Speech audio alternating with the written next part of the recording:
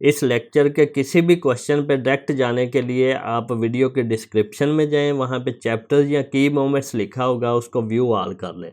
Dear students, welcome to math academy. I am doctor Asaf Ali. आज का हमारा टॉपिक है एक्सरसाइज 1.18। क्वेश्चन नंबर 1 क्या है? 30 man repair a road in 56 days by working 6 hour daily. 30 man हैं, 56 days हैं, 6 hour daily काम करते हैं। In how many days, days कितने होंगे वो फाइंड करने हैं। 45 man will repair the same road by working 7 hours daily. अब हमारे पास क्या है? डेज, मैन और आवर्स। डेज कितने हैं हमारे पास? 56। मैन कितने हैं हमारे पास? 30। और आवर्स कितने हैं हमारे पास? 6 है। डेज हमने फाइंड करने हैं, हाउ मैनी डेज, और हमारे पास मैन कितने हैं? 45 और आवर्स कितने हैं? 7। अब यहाँ पे देखें, एक टाइम में हम दो को ही कंपेयर करते हैं। डेज को मैन के साथ करेंगे या डेज को आवर्स के साथ? हम डेज को मैन के साथ करते हैं, आवर्स को भूल जाते हैं। अब देखें, 30 मैन है तो 56 डेज में काम करते हैं। अगर 45 मैन कर दें तो कितने दिनों में काम करेंगे? अब मैन ज़्यादा हो गए, काम ज़्यादा करेंगे, कम दिनों में काम ख़त्म हो जाएगा। तो ये 30 to 45 करने से ये 56 to कम आएगा। एक चीज़ के बढ़ने से दूसरी चीज़ कम हो रही है, उलट काम हो रहा है, तो ये इन्वर्स प्रोपोर्शन है। तो ये हम एरो नीचे की तरफ लगाएंगे। अब हम आज के हिसाब से देखेंगे, 6 घंटे काम करते हैं तो 56 डेज लगते हैं। 7 घंटे काम करेंगे तो कितने दिन लगेगा? अब टाइम हमने ज़्यादा कर दिया, काम भी ज़्यादा होगा तो कम दिनों में ख़त्म हो जाएगा।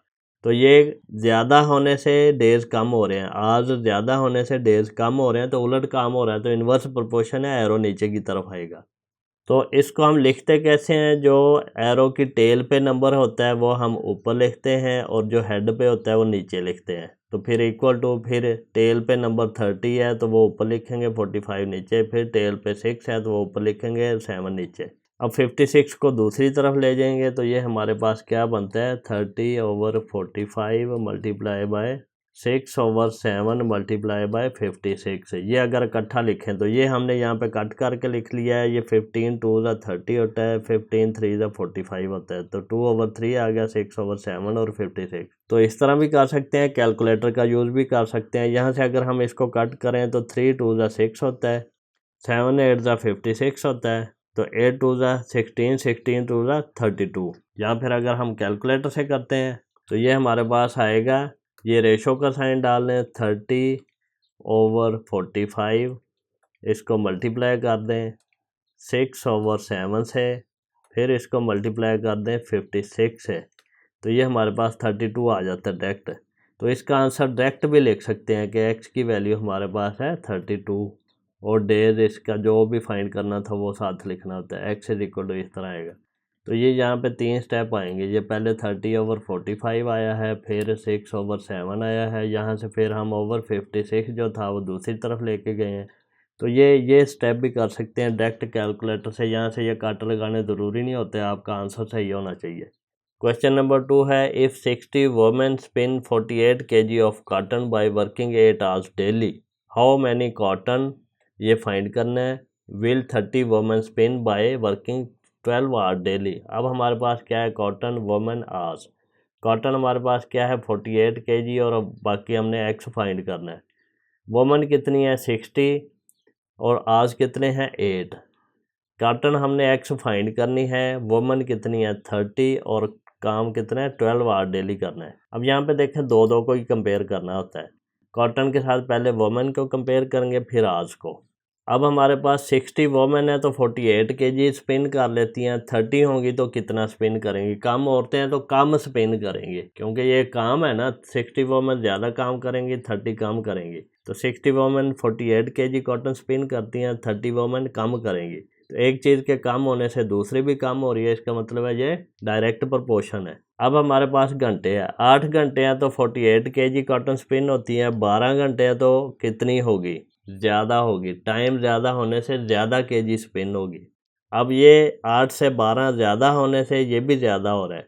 8 घंटे से 48 kg स्पिन होता है, 12 घंटे से ज़्यादा स्पिन होगा। टाइम ज़्यादा होने से ज़्यादा कपड़ा स्पिन होगा। तो एक चीज़ के बढ़ने से दूसरी भी बढ़ती है, तो वो डायरेक्ट प्रोपोर्शन होती है, तो एरो नीचे से ऊपर जाएगा। अब हम ये कैसे लिखते हैं, एरो के जो टेल पे नंबर होता है वो ऊपर लिखते हैं, ओवर करके फिर जो हेड पे होता है वो नीचे लिखते हैं, फिर इक्वल साइन, बाकी नंबर इसी तरह मल्टीप्लाई कर करके। तो यहाँ पे एक्स जो है वो ऊपर आया, 48 नीचे, फिर इक्वल टू 13 ऊपर आया, 16 नीचे, फिर मल्टीप्लाई बाय 12 ऊपर आया, 8 नीचे। तो इसको हमने सॉल्व करना है, 48 को दूसरी तरफ ले जाएं, यहाँ से इसको सिंप्लीफाई कर लें, यहीं पे करना चाह रहे हैं, नहीं तो कैलकुलेटर से अगर आपने करना है तो आप एंड पे भी इकट्ठा भी सिंप्लीफाई कर सकते हैं।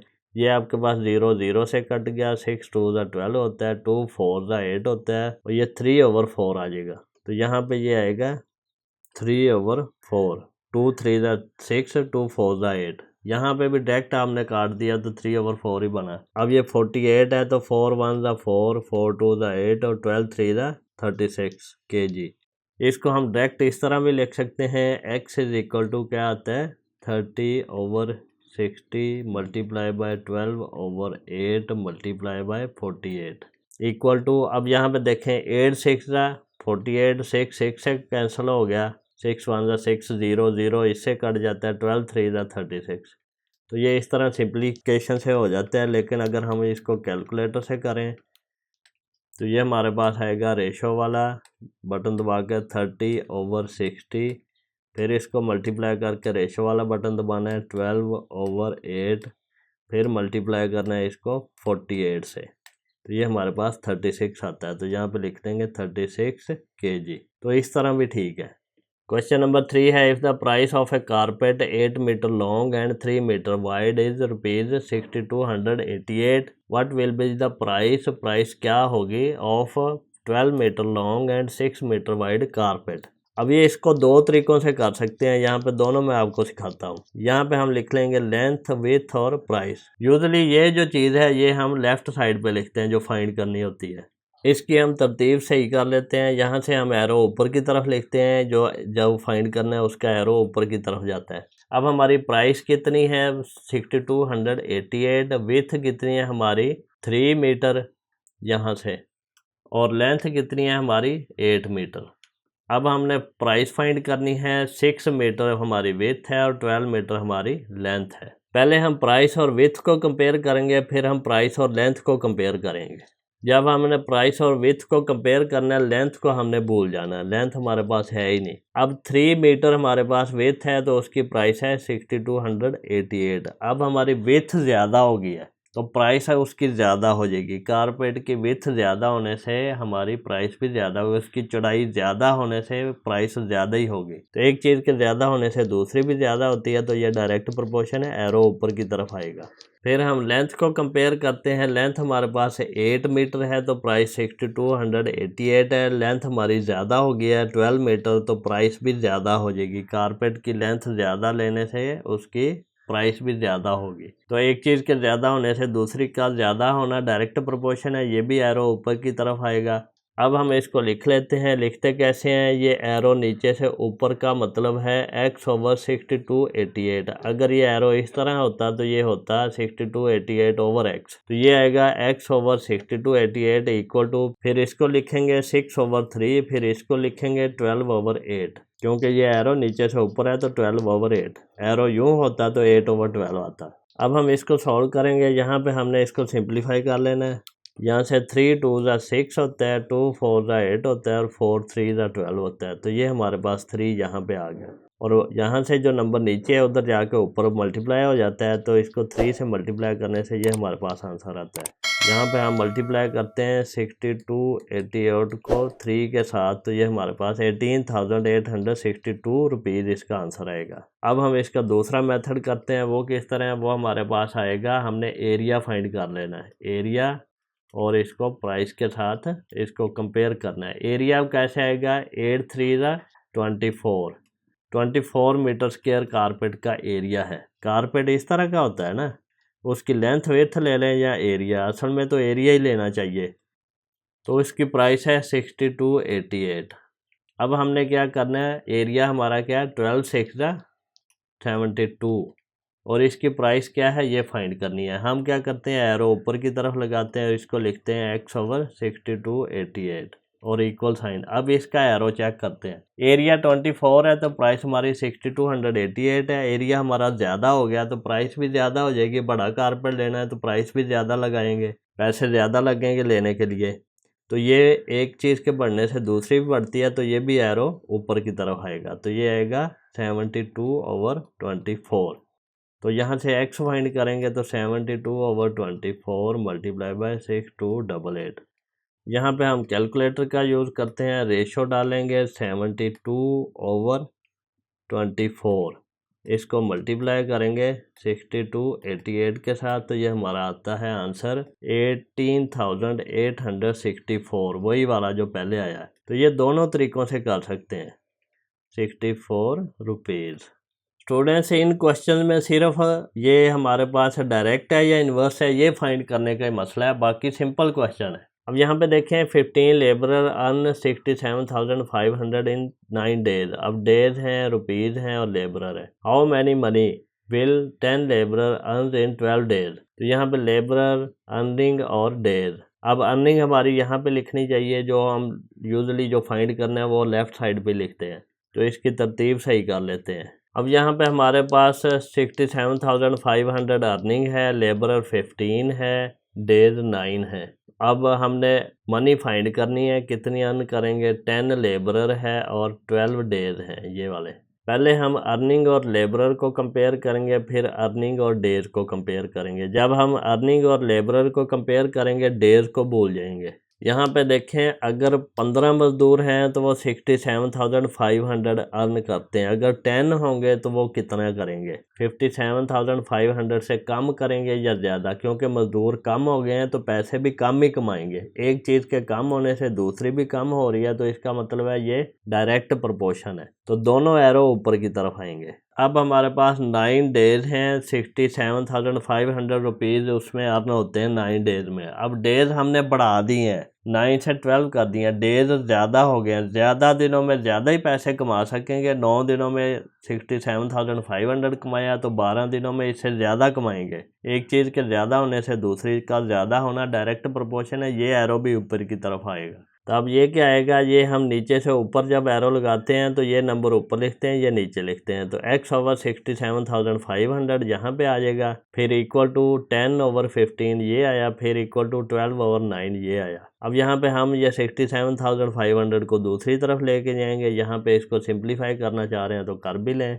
तो 5 2 10, 5 3 15 और 3 3 9, 3 4 12। तो 2/3 और 4/3 यहाँ पे ये आ जाएंगे। ये यहाँ पे आया, ये यहाँ पे, और 67,500 यहाँ से दूसरी तरफ जाके ऊपर चला गया। यहाँ पे हम कैलकुलेटर का यूज़ भी कर सकते हैं, वो हम लिखेंगे 2/3, फिर हम इसको मल्टीप्लाई करेंगे, रेशो डालेंगे 4/3, फिर इसको मल्टीप्लाई करेंगे 67,500 से, तो ये हमारे पास आया 60,000। या फिर अगर हम इसको वैसे कट करना चाहें तो ये आएगा 3 2 6, 3 2 6 और एक इधर जाके ये 15 हो गया, 3 5 15 और ये 0 इसी तरह आ गया। फिर इससे 3 से मल्टीप्लाई करेंगे, 3 1 3, 7 3 21, ये एक इधर गया, 3 5 15 और फिर ये 2 0 इसी तरह, और ये 4 2 8, 7500 जो है ये 8 से मल्टीप्लाई होगा। तो 8 0 0 8 0 0, 8 5 40, 4 कैरी हुआ, 8 7 56 और 4 60। तो ये इस तरह हमारा आंसर आ गया। स्टूडेंट्स, क्वेश्चन नंबर 5 है 70 men can complete a wall of 150 metre long in 12 days. How many man अब फाइंड करने हैं, will complete the wall of length 600 metre in 30 days. Students, यहाँ पे दो चीज़ें हैं, एक हमारे पास ये है, ये हमें गिवन है, और दूसरी हमारे पास ये चीज़ है, ये हमने फाइंड करना है। ये हमारे क्वेश्चन मार्क यहाँ पे लगा, ये हमने फाइंड करना है। अब हम क्या करते हैं, हमारे पास जो गिवन चीज़ें हैं वो यहाँ पे लिख लेते हैं, man length of wall days. Man कितने हमारे पास 70 यहाँ से आया, 150 मीटर हमारे पास लेंथ है और 12 डेज हैं। फिर हमारे पास क्या है, कितने मैन, हाउ मैनी मैन, कितने मैन, ये हमने फाइंड करना है। जो हमारे पास x है, 600 मीटर हमारे पास अब लेंथ है और 30 डेज हैं। यहाँ पे हमने क्या करना है, दो को कंपेयर करना है। मैन को लेंथ के साथ करेंगे, फिर मैन को डेज के साथ। जो चीज़ फाइंड करनी है उसको दोनों के साथ अलग-अलग कंपेयर करेंगे। जब हमने एक चीज़ को कंपेयर करना है दूसरी को भूल जाना। लेंथ ऑफ वॉल के अगर कंपेयर करनी है तो हमने डेज़ को भूल जाना है कि डेज़ भी थे इसमें। तो यहाँ पे देखें, ये हम एरो नीचे से ऊपर की तरफ लगाते हैं, ये हमेशा ऐसे ही करते हैं और इसको x/70 लिखते हैं। एरो के टेल पे जो नंबर है वो ऊपर लिखते हैं डिवीजन के, और जो हेड पे नंबर है वो नीचे लिखते हैं। तो इसको लिखते हैं हम x/70 इक्वल टू, फिर हम इस लेंथ को कंपेयर करते हैं। 150 मीटर अगर वाल हमने बनानी है तो 70 लोग बनाते हैं। अगर 600 मीटर बनानी है तो कितने लोग बनाएंगे? इस 70 से ज़्यादा होंगे या कम होंगे, ये चीज़ देखनी है। तो क्योंकि लेंथ ज़्यादा हो गया तो लोग भी ज़्यादा रिक्वायर होंगे, क्योंकि ज़्यादा काम है। तो इसलिए एक चीज़ के बढ़ने से दूसरी भी बढ़ रही है, तो ये डायरेक्ट प्रोपोर्शन है, तो ये एरो भी ऊपर की तरफ ही लगेगा। अब आपने मैन और डेज को कंपेयर करना है। 12 दिन है तो 70 लोग काम करते हैं। अगर 30 दिन है तो फिर क्या होगा? लोग ज़्यादा होंगे या कम होंगे, ये चेक करना है। एक्स की वैल्यू 70 से ज़्यादा होगी या कम होगी। अब देखें, 12 दिन में 70 लोग काम करते हैं। अगर 30 दिन है तो लोग कम भी हो जाएं तो फिर भी काम हो जाएगा, क्योंकि काम तो उतना ही है लेकिन दिन ज़्यादा हो गए हैं। अब दिन ज़्यादा हो गए हैं तो ये 70 लोग तो 12 दिन में ख़त्म कर देंगे, इसलिए हम ये लोग जो हैं ये कम कर सकते हैं।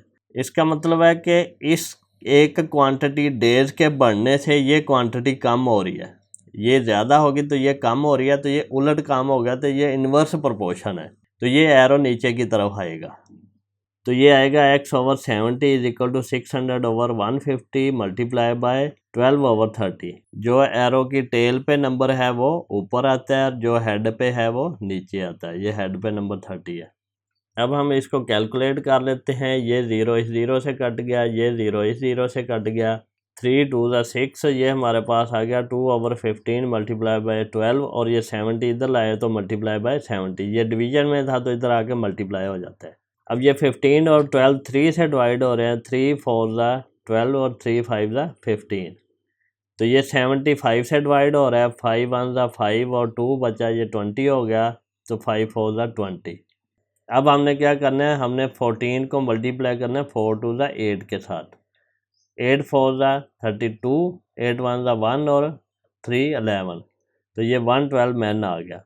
स्टूडेंट्स यहाँ पे देखें, ये हमारे पास बनता है x is equal to 600/150 multiply by 12/30, और ये ओवर था 70।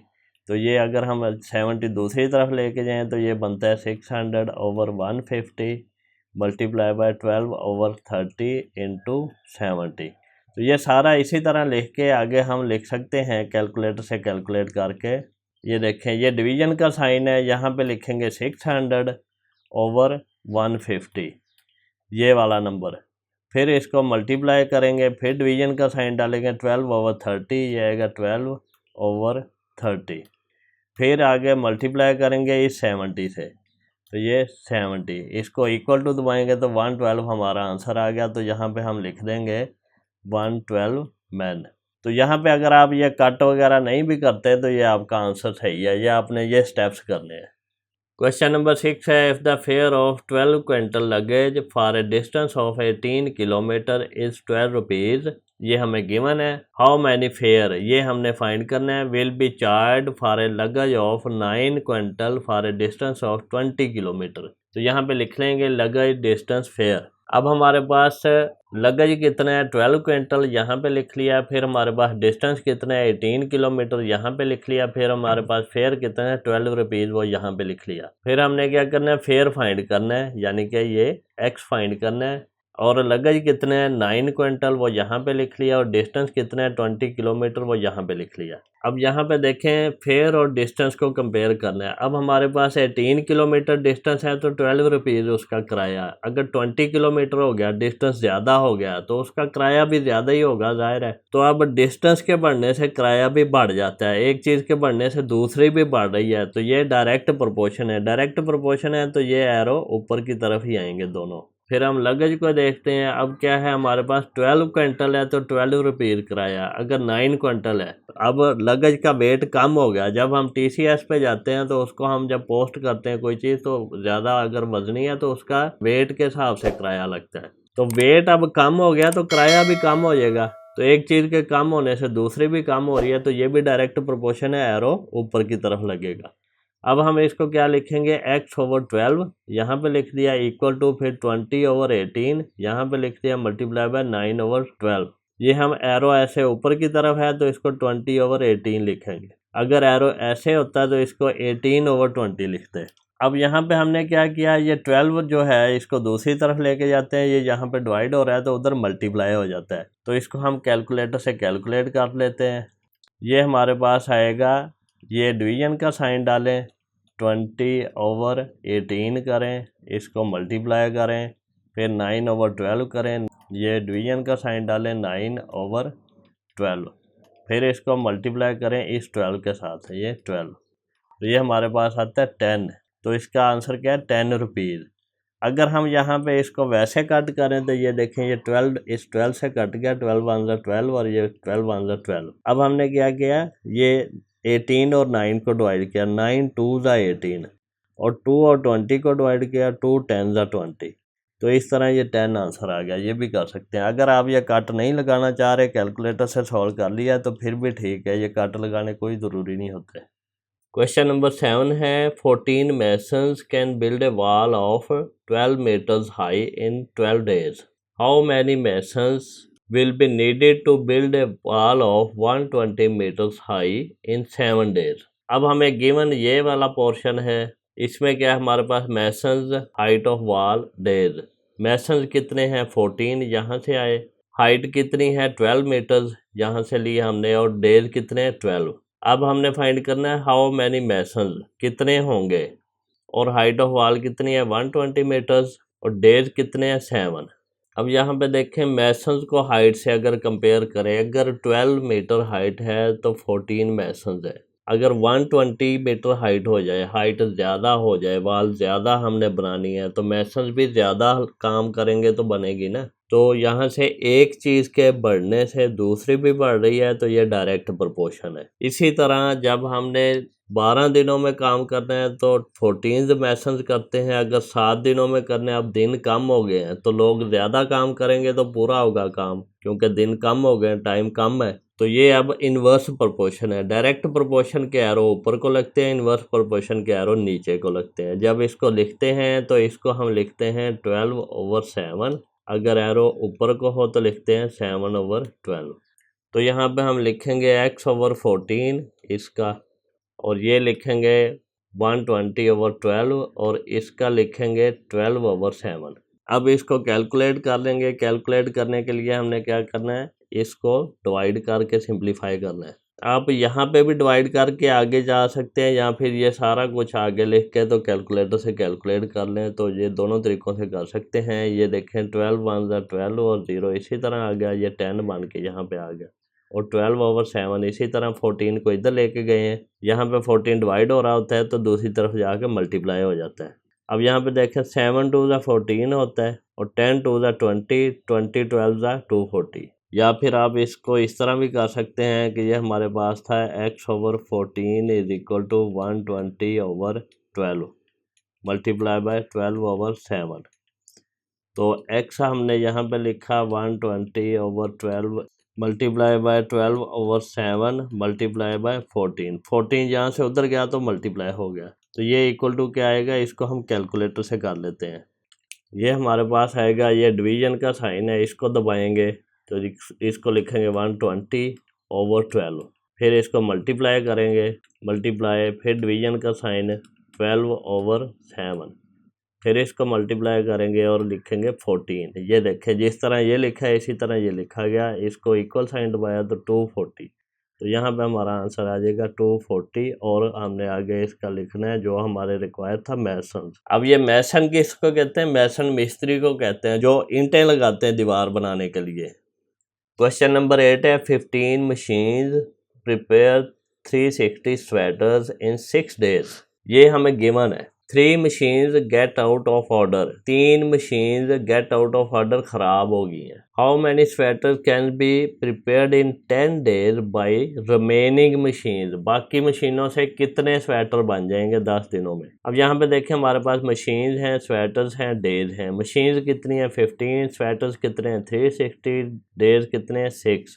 फिर हमारे पास मशीन्स 3 ख़राब हो गई हैं, तो बाकी कितनी बची हैं 15 - 3 12। कितने स्वेटर बन जाएंगे वो हमने फाइंड करना है, एक्स की वैल्यू। डेज कितने हैं 10। अब डेज हमने ज़्यादा कर दिए हैं तो स्वेटर हमने बनाने, कुछ मशीनें ख़राब होगी, तो हम पहले स्वेटर्स को मशीन के साथ कंपेयर करेंगे। 15 मशीनें हैं तो 360 बनाएंगे, और अगर 12 मशीनें हैं, मशीनें कम हो गई हैं तो फिर कम ही बनाएंगे स्वेटर। तो एक चीज़ के कम होने से दूसरी भी कम हो रही है, तो ये डायरेक्ट प्रोपोर्शन है। इसी तरह 6 दिन में 360 बनते हैं स्वेटर, 10 दिन में कितने बनेंगे, ज़्यादा बनेंगे, दिन ज़्यादा टाइम ज़्यादा है तो स्वेटर ज़्यादा बनेंगे। तो एक चीज़ के ज़्यादा होने से दूसरी भी ज़्यादा हो रही है, तो ये भी डायरेक्ट प्रोपोर्शन है। तो एरो सब के ऊपर को लगेंगे। तो पहले हम इसको लिखते हैं x/360, x ऊपर लिखेंगे 360 नीचे, फिर इक्वल टू लिखेंगे 12/15, 12 ऊपर लिखेंगे 15 नीचे। एरो के जो टेल पे नंबर है वो ऊपर लिखते हैं, जो हेड पे नंबर है वो नीचे लिखते हैं। तो ये हमारे पास 12/15 आ गया। फिर हमारे पास इसी तरह मल्टीप्लाई बाय 10/6। अब इसको सिंप्लीफाई करना है। सिंप्लीफाई करने के लिए हम क्या करते हैं, डिवाइड करते हैं। अब देखें 6 1 ज़ा 6, 6 2 ज़ा 12 हो गया, 5 2 ज़ा 10 और 5 3 ज़ा 15। तो ये 2/3 यहाँ पे आ गया, और ये 2 मल्टीप्लाई यहाँ पे, और 360 इधर से उधर लेके गए हैं तो 360 मल्टीप्लाई हो गया। अब देखें 360 जो है 3 से डिवाइड हो रहा है, 3 1 ज़ा 3 और 3 1 ज़ा 3, 3 2 ज़ा 6 और 0 इसी तरह आ गया। और 122 ज़ा 240, 242 ज़ा 480, तो 480 स्वेटर्स आएगा आंसर। स्टूडेंट्स हम डायरेक्ट यहाँ से ये भी लिख सकते हैं, इसको यहाँ पे कट ना करें और इसको भी कट ना करें, इसको डायरेक्ट कैलकुलेटर से सॉल्व करके लिखते हैं। इस तरह भी कर सकते हैं। यहाँ पे देखें अगर हम इसको करें तो ये डिवीजन का साइन दबाएं, यहाँ पे ये 12/15 आएगा, फिर इसको मल्टीप्लाई करें, फिर डिवीजन का साइन 10/6 आएगा, फिर इसको मल्टीप्लाई करें और यहाँ पे 360 इक्वल साइन दबाएं तो हमारे पास 480 डायरेक्ट आंसर आ जाएगा। तो कोई भी कैलकुलेशन या कट करने की ज़रूरत नहीं है यहाँ पे, तो ये डायरेक्ट हमारा आंसर आ जाएगा। ये भी ठीक है। स्टूडेंट्स क्वेश्चन नंबर 9 है। इस 9 में आपको देखें स्टेटमेंट में थोड़ी सी कन्फ्यूजन नज़र आएगी, ये मैं आपको क्लैरिफाई करता हूँ कि ये क्या है। अब देखें 1440 men had sufficient food for 32 days in a camp. How many men may leave the camp so that the same food is sufficient for 40 days when the ration is increased by 1/2 times? अब ration की तादाद उसने बढ़ा दी है, ration increase कर दिया है, जहाँ पे 1 था उसको उसने कर दिया 1/2। ये होता है एक्चुअली 1.5, यानी कि 1.5 गुना कर दिया है। अब यहाँ पे उसने हिंट भी दे दिया है, the first element food is 1। अगर पहला 1 है तो दूसरा 1.5 है या 3/2 है। 2 1 2 प्लस 1 3/2 बन जाता है, 3/2 1.5 होता है। अब यहाँ पे हमने ले लिया मैन, डेज और राशन। मैन कितने 1440, यहाँ से डेज कितने 32, राशन कितना पहला एलिमेंट 1 है। फिर क्या किया, डेज हमने कर दिया 40, यहाँ पे ये देखें 40 हो गया, और राशन कितना कर दिया 1.5 गुना 1/2। फाइंड हमने क्या करना है, हाउ मैनी मैन, कितने मैन होंगे, एक्स फाइंड करना है। तो ये एरो हम ऊपर की तरफ लगा लेते हैं और ये दोनों हम चेक करते हैं डायरेक्ट प्रोपोर्शन है कि इन्वर्स है। अब हम मैन को डेज के साथ कंपेयर करेंगे। 32 डेज हैं तो हमारे पास 1440 लोगों का राशन है। अब डेज हमारे पास 40 हो गए हैं, 32 से 40 दिन ज़्यादा हो गए हैं। अब जब दिन ज़्यादा हो गए हैं तो राशन हमारे पास उतना ही है, तो वो अब 1440 लोगों से ज़्यादा के लिए सफिशेंट होगा या कम के लिए। अब दिन ज़्यादा क्योंकि हो गए हैं तो लोग कम करने पड़ेंगे, तो इसलिए दिन ज़्यादा होने से लोगों का कम होना, एक चीज़ ज़्यादा होने से दूसरी चीज़ का कम होना उलट प्रोसेस है, तो ये इन्वर्स प्रोपोर्शन है। इन्वर्स प्रोपोर्शन है तो हम एरो नीचे की तरफ लगाते हैं। अब हमारे पास राशन 1 है तो वो 1440 लोगों के लिए सफिशेंट है। अब राशन की मकदार ज़्यादा हो गया, राशन 1 to 1/2 यानी कि 1.5 हो गया। पहले 1 था अब 1.5 हो गया। क्योंकि राशन ज़्यादा हो गया है तो इसलिए लोग भी ज़्यादा कर लेंगे तो उसके लिए सफिशेंट होगा। तो एक चीज़ के बढ़ने से दूसरी भी बढ़ती है तो वो डायरेक्ट प्रोपोर्शन होता है, तो ये भी डायरेक्ट प्रोपोर्शन है। तो इसको हम लिख लेंगे x/1440, फिर ये 32/40 और ये 1/2/1। ये डिवीजन में 1 जो हो तो वो सेम नंबर आता है। इसको हमने अगर सिंप्लीफाई करना है तो इसको हम क्या करेंगे, इसको लिखेंगे इक्वल टू 2 + 1 3/2 और 3/2 क्या होता है 1.5। तो यहाँ पे 1.5 लिख लिया, 1440 यहाँ से दूसरी तरफ लेके गए, मल्टीप्लाई हो गया। इसको अब हम कैलकुलेट करते हैं, कैलकुलेटर से ये क्या आएगा 32/40।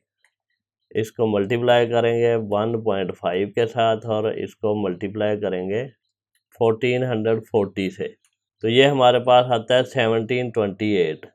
यानी कि यहाँ पे हमारे पास आंसर क्या आएगा 1728 मैन। लेकिन ये आंसर नहीं है, असल में तो ये आंसर आना चाहिए जो क्वेश्चन की स्टेटमेंट हमें बता रही है कि राशन को 1 to 1/2 कर दिया है।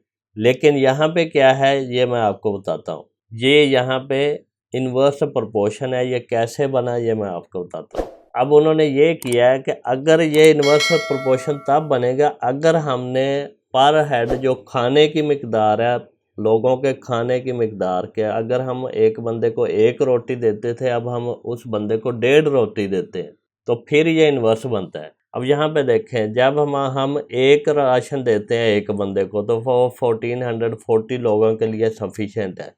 लेकिन अब हमने पर हेड खाने की मिकदार बढ़ा दी है, वो 1 से 1.5 कर दी है, 1.5 गुना कर दी है। एक की बजाय हम ज़्यादा रोटी देते हैं। अब ज़्यादा रोटी देते हैं तो वो रोटियां तो अब कम लोगों के लिए सफिशेंट होंगी, क्योंकि हमने रोटी की तादाद बढ़ा दी है। अगर एक रोटी दें तो 1440 लोग खाते हैं, अगर हम 1.5 रोटी दें तो फिर कम लोगों में ख़त्म हो जाएंगी। तो एक चीज़ के बढ़ने से दूसरी कम हो रही है, तो इन्वर्स प्रोपोर्शन है। तो फिर ये इस तरह बनता है इन्वर्स प्रोपोर्शन अगर हम लगाएं तो ये आएगा इसका 1/1 होल 1/2, तो 1/1.5। इसको अगर हम सोल्व करें तो बुक वाला आंसर आता है। यहाँ पे ये स्टेटमेंट में थोड़ी सी कन्फ्यूजन है, तो ये आपने याद रखना है। अब यहाँ पे देखें ये 8 से डिवाइड हो रहा है, 8 4 32, 8 5 40, तो ये 4/5 आ गया। इसको हम कैलकुलेटर से सॉल्व करते हैं। ये हमारे पास आएगा, रेशो डालें 4/5, फिर मल्टीप्लाई बाय 1/1.5, फिर मल्टीप्लाई बाय 1440, तो ये हमारे पास 760 आ गया। अब ये फूड हमारा 768 लोगों के लिए सफिशेंट होगा। लेकिन हमसे पूछा क्या गया है, how many man may leave the camp, कितने लोग कैंप छोड़ें। वो कितने होंगे, टोटल 1440 है, उसमें से माइनस करेंगे 760 जिनके लिए फूड काफ़ी है, तो 672 लोग अगर चले जाएं तो फिर ये हमारा काम चल जाएगा। तो यहाँ पे लिखेंगे 672 man will leave the camp. Students question number 10 है 10 man can assemble 400 cycles in 8 days. ये गिवन है हमें। हाउ मैनी साइकिल्स फाइंड करने। Will 5 man assemble if they work for 16 days. अब देखें, मैन है, साइकिल्स हैं, डेज हैं। मैन हमारे पास कितने हैं 10, साइकिल्स कितने हैं 400 और डेज कितने हैं 8। ये गिवन है हमें। फिर हमने साइकिल्स कितने हैं फाइंड करना है। मैन कितने हमारे पास 5 हैं और डेज कितने हैं 16। अब हम साइकिल्स को मैन के साथ कंपेयर करेंगे, फिर साइकिल्स को डेज के साथ। जहाँ पे एरो हम यहाँ पे ऊपर की तरफ लगाते हैं और इसको x/400 लिखते हैं, फिर इक्वल टू, फिर हम इन दोनों को कंपेयर करेंगे तो फिर लिखेंगे कि ये क्या आता है। अब देखें, 10 लोग हैं तो 400 साइकिल बनाते हैं, 5 लोग हैं तो कितने बनाएंगे। अब लोग कम हो गए हैं, काम कम होगा तो कम लोग ही बनाएंगे। तो एक चीज़ के कम होने से ये 10 to 5 कम हुआ है, तो ये भी 400 to ये आंसर कम आएगा। तो कम, एक चीज़ के कम होने से दूसरी चीज़ कम हो रही है, तो ये डायरेक्ट प्रोपोर्शन है, एरो ऊपर की तरफ आएगा।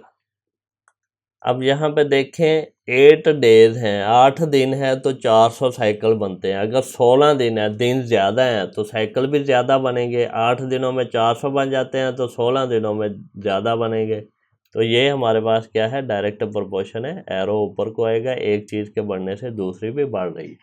अब हम इसको लिख लेते हैं। इसको हमने लिख लिया x/400, इसको लिख लिया इक्वल टू 5/10 और इसको लिख लिया मल्टीप्लाई करके 16/8। अब इस चीज़ को हम सिंप्लीफाई करेंगे, जो 400 दूसरी तरफ लेके जाएंगे मल्टीप्लाई हो जाएगा। तो यहाँ से हमने ये कैलकुलेटर से कैलकुलेट कर लें, यहाँ से यहाँ फिर इसको सिंप्लीफाई कर लें। सिंप्लीफाई कैसे करेंगे, 8 2 ज़ा 16, 2 5 ज़ा 10 और 5 1 ज़ा 5, तो ये 400 आ गया, 400 साइकिल्स। अगर हम इसको कैलकुलेटर से करें तो ये हम डिवीज़न का साइन दबाएंगे, 5/10 लिखेंगे, फिर इसको मल्टीप्लाई करेंगे, फिर डिवीज़न का साइन दबाएंगे, इसको लिखेंगे 16/8, फिर इसको मल्टीप्लाई करेंगे 400 से, तो ये हमारे पास आ जाएगा 400 साइकिल्स। इस तरह हम इसको कर सकते हैं। स्टूडेंट्स, हम मैथमेटिक्स को बड़े इजी वे से करेंगे, अंडरस्टैंडेबल होगा, और आप हर आने वाले लेक्चर को सबसे पहले देखने के लिए चैनल को सब्सक्राइब करें और बेल आइकन को क्लिक कर दें, ताकि जब भी मैं लेक्चर अपलोड करूं तो आपको उसका नोटिफिकेशन रिसीव हो जाए। अगर आपको कोई क्वेश्चन पूछना है, कोई क्वेरी करनी है, तो आप मुझे कमेंट सेक्शन में मैसेज कर सकते हैं, मैं उसका रिस्पॉन्स करूँगा।